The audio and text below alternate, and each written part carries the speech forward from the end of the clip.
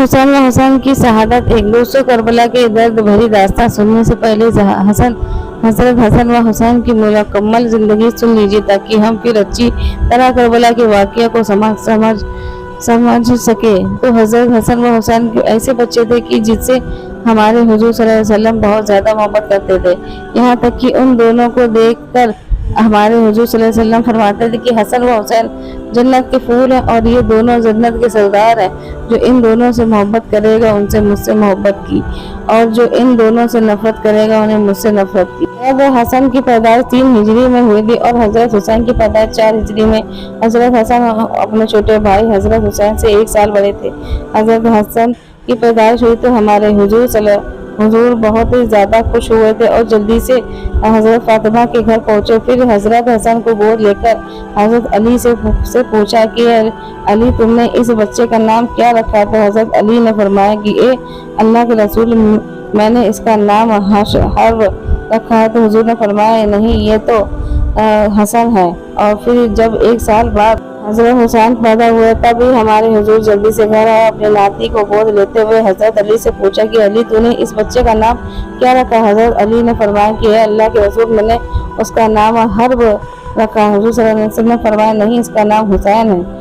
قدر محبت کرتے تھے کہ ایک بار حضور صلی اللہ علیہ وسلم مسجد میں صحابہ اکرام کے ساتھ بیٹھے ہوئے تھے کہ تبھی حضرت حسن کے رونے کی آواز آنے لگی تو ہمارے حضور صلی اللہ علیہ وسلم جلدی سے اٹھ کر حضرت فاطمہ کے پاس پہنچے اور کہنے لگی کہ فاطمہ میرا بچہ حسن کیوں رو رہا ہے؟ کیا تم نہیں پتا کہ حسن کے رونے کی میں بے چین ہو جاتا ہوں؟ ایک رات اپنے حضور صلی اللہ علیہ وسلم اپنی بیٹی حضرت فاطمہ کے گھر آئے۔ حضرت فاطمہ اور حضرت علی دونوں سو چکے تھے جبکہ حضرت حسن بھوک کی وجہ سے رو رہے تھے۔ رونے کی آواز سن کر حضرت فاطمہ اٹھنے لگی تو حضور صلی اللہ علیہ وسلم نے حضرت فاطمہ سے کہا کہ تم لیٹی رہو، اور پھر خود ہمارے حضور صلی اللہ علیہ وسلم نے ایک برتن لیا اور بیچ آنگن میں کھڑی ایک بکری کا دودھ نکال کر حضرت حسن کو اپنے ہاتھوں سے دودھ پلایا۔ حضرت حسن نے پیٹ بھر کر دودھ پیا اور پھر خاموشی سے گئے۔ ایک بار حضور صلی اللہ علیہ وسلم نے صحابہ کرام کو نماز پڑھا رہے تھے کہ اتنی دیر میں حضرت حسن و حسین مسجد میں آ گئے اور چلتے چلتے حضور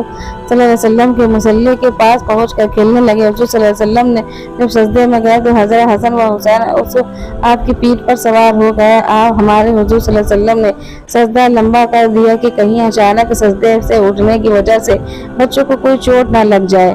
اس دن حضور صلی اللہ علیہ وسلم نے اتنا لمبا سجدہ فرمایا کہ صحابہ اکرام کو شک ہونے لگا کہ کہیں حضور صلی اللہ علیہ وسلم کی روح تو پرواز نہیں کر گئی۔ دوستو یہ بھی ہماری حضور کی حسن و حسین کی محبت۔ حضرت سلمان فارسی فرماتے کہ اللہ بار ہم لوگ حضور صلی اللہ علیہ وسلم کے پاس بیٹھے ہوئے تھے کہ اتنے میں ایک عورت دوڑتی ہوئی آئی اور کہنے لگی کہ اللہ کے رسول حسن و حسین کہیں کھو گئے ہیں، بہت دیر سے نظر نہیں آ رہے۔ فاطمہ بہت پریشان ہے۔ یہ سن کر حضور صلی اللہ علیہ وسلم کے سارے صحابہ اکرام سے فرمایا کہ جلدی اٹھو اور میرے بچے کی تلاش کرو۔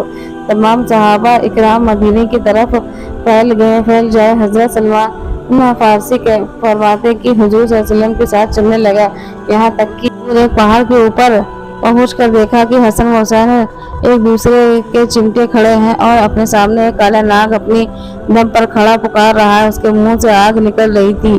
یہ ناگ اللہ تعالیٰ نے بھیجا ہے تاکہ حسن و حسین آگے جنگل میں نہ جا سکے۔ جب اس ناگ نے حضور صلی اللہ علیہ وسلم کو دیکھا تو مڑ کر اس کی طرف چل دیا اور ایک بل میں داخل ہو گیا۔ حضرت صلی اللہ علیہ وسلم نے آگے بڑھ کر حسن و حسین کو گلے سے لگا لیا اور اس کے چہرے پر ہاتھ پھیرتے ہوئے فرمایا کہ اے میرے بچوں، تم پر میری ماں باپ قربان ہو، تم میرے اللہ کے نزدیک کتنے عزت دار ہو۔ اور پھر حضور صلی اللہ علیہ وسلم نے حضرت حسن دائیں کندھے پر حضرت حسین کو بائیں کندھے پر سوار کیا اور انہیں لے کر مدینہ کی طرف چل دیے۔ حضرت سلمان فارسی فرماتے ہیں کہ جب میں نے یہ منظر دیکھا تو حسن و حسین نے کہا کہ یہ بچوں آج تمہاری سواری تو بہت اچھی ہے۔ تو حضور صلی اللہ علیہ وسلم نے فرمایا کہ یہ سواری کے ساتھ سوار بھی بہت اچھے ہیں۔ ایک بار ہمارے حضور صلی اللہ علیہ وسلم اپنی بیٹی فاطمہ گھر گئے تو حسن و حسین نظر آئے۔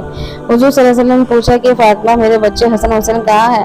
حضرت فاطمہ نے جواب دیا کہ اللہ کے رسول آج صبح کر کھانے کو کچھ بھی نہیں تھا، اس لیے حضرت علی نے کہا کہ اے فاطمہ میں حسن و حسین کو باہر لے کر جاتا ہوں تاکہ کچھ کھانے کا انتظام کر لوں، ورنہ یہ دونوں گھر میں بھوکے تمہیں پریشان کریں گے۔ اس لیے میں یہ اللہ کے رسول حضرت علی حسن و حسین اس یہودی کے باغ میں لے گئے ہیں۔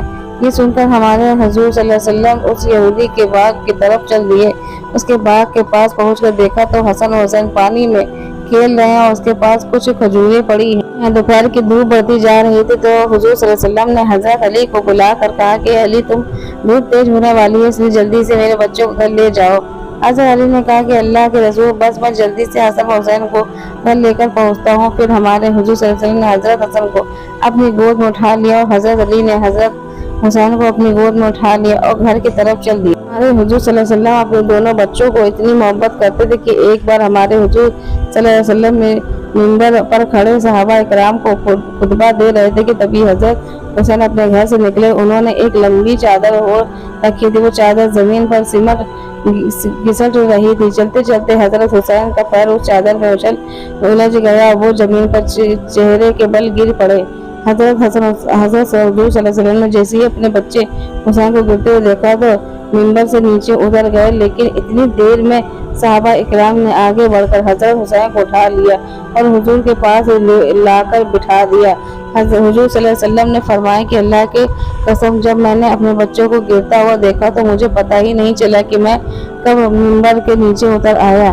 حضرت حضور صلی اللہ علیہ وسلم کی وفات کے بعد حضرت ابو بکر خلیفہ بنے اور پھر ان کے بعد حضرت عمر خلیفہ بنے، تو حضرت عمر کا ڈر لوگوں سے بہت زیادہ تھا، یہاں تک کہ بچے بھی حضرت عمر کو دیکھ کر بھاگ جاتے تھے۔ ایک بار حضرت حسن بہت لڑکوں کے ساتھ گھر سے باہر کھیل رہے تھے کہ تبھی ادھر سے حضرت عمر کا گزر ہوا اور بچوں نے حضرت عمر کو دیکھا تو سارے بچے بھاگ گئے، حضرت حسن اکیلے بچے۔ دیکھ کر حضرت حسن کو بہت غصہ آیا کہ حضرت عمر کی وجہ سے میرے سارا کھیل برباد ہو گیا، تو انہوں نے غصے میں حضرت عمر کو سے کہا کہ کیا تم میرے نانا کے غلام نہیں ہو؟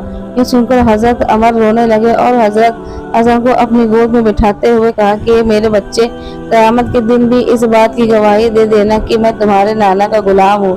حضرت حسن و حسین جب بڑے ہوئے تو غریبی کی بہت مدد کرتے تھے۔ ایک بار ایک شاعر نے حضرت حسین کی بہت تعریف کی کہ تو آپ نے اس شاعر کو بہت زیادہ مال دیا کہ اس پر ایک صاحب نے حضرت حسین سے کہا کہ آپ نے اسے اتنا زیادہ مال کیوں دے دیا؟ حضرت حسین نے اسے سمجھایا کہ مجھے اس مال بات کا ڈر ہوا کہ کہیں یہ شاعر ایسا نہ کہہ دے کہ اے حسین، تم تو فاطمہ کے لڑکے ہو اور علی کے بیٹے ہو، تو تم مجھے اتنا کم مال کیوں دے رہے ہو؟ اس لیے میں نے شرم سے اسے اتنا زیادہ مال دے دیا۔ ایک بار حضرت حسن مدینے میں باغ کے پاس سے گزر رہے تھے کہ انہوں نے ایک لڑکے کو دیکھا، ان کے ساتھ میں ایک روٹی تھی اور اس کے سامنے ایک کتا بیٹھا ہوا تھا۔ وہ لڑکا روٹی کا ایک ٹکڑا خود کھاتا اور ایک ٹکڑا اس کتے کو کھلاتا، یہاں تک کہ اس لڑکے نے آدھی روٹی کتے کے ساتھ بانٹ کر کھائی۔ یہ دیکھ کر حضرت حسن نے اس لڑکے سے پوچھا کہ لڑکے، تم تو انسان ہو، اس لیے تمہیں روٹی کا زیادہ حصہ کھانا چاہیے تھا۔ تو اس لڑکے نے جواب دیا کہ اس کتے کے سامنے مجھے زیادہ روٹی کھاتے ہوئے شرم آ رہی تھی، اس لیے میں نے آدھی روٹی واپس سے بانٹ لی۔